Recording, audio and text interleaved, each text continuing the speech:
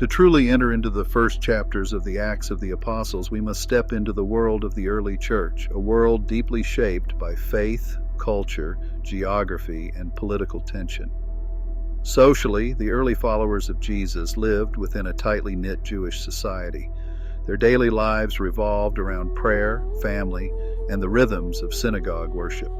Aramaic was their spoken tongue, Hebrew reserved for the sacred, and Greek the language of trade and governance. In this culture of honor and community, professing belief in a crucified and risen Messiah was more than controversial. It could mean rejection, alienation, or worse. Yet, it was precisely in this setting that the gospel first took root, not in power or prestige, but in fellowship and faith. Geographically, everything begins in Jerusalem, the beating heart of Jewish religious life. From the Mount of Olives, where Jesus ascended, to the upper room, where the disciples gathered in prayer, each place is charged with sacred memory.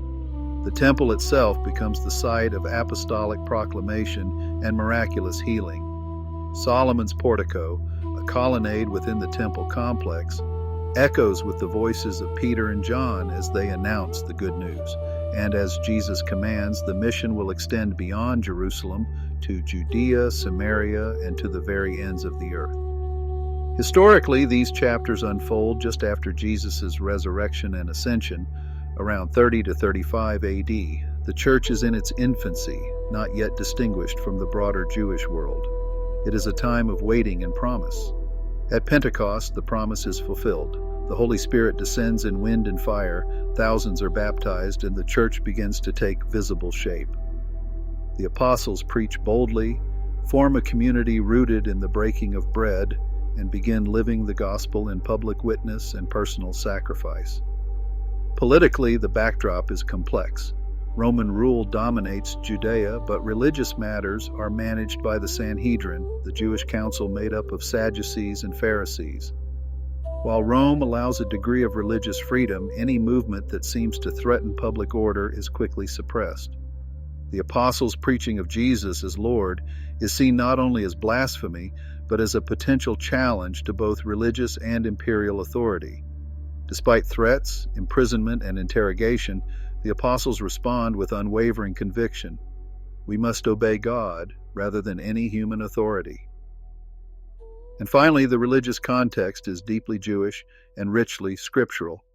The people are awaiting the Messiah, longing for deliverance. The temple stands as the center of worship, and the law of Moses remains the guide of life. Yet in this setting, the apostles proclaim that Jesus is the fulfillment of the law and the prophets. At Pentecost, during the Feast of Shavuot, the Holy Spirit inaugurates a new covenant, and the church is born. These first believers still pray in the temple, but they also gather in homes, devoted to the teaching of the apostles, the breaking of bread, and the prayers. The opening chapters of Acts are not just a history, they are the church's birth story, full of divine power, communal love, and missionary zeal. Understanding the world in which they lived helps us understand the church we are called to be. As you take in this vision of the early church, consider prayerfully, do I recognize the power of the Holy Spirit at work in my life as the apostles did? Am I committed to the same four pillars as the early church? The teaching of the apostles, the breaking of the bread, prayer, and fellowship? In what ways might I be compromising with the world instead of living the radical call of the gospel? Do I speak of Christ with boldness and love, even when it is unpopular or misunderstood? How is God calling me to grow in holiness, community, and mission in my own Jerusalem, my home and neighborhood? May the example of the first believers rekindle in us the fire of faith, courage and witness, and a desire to live fully for Christ and His church.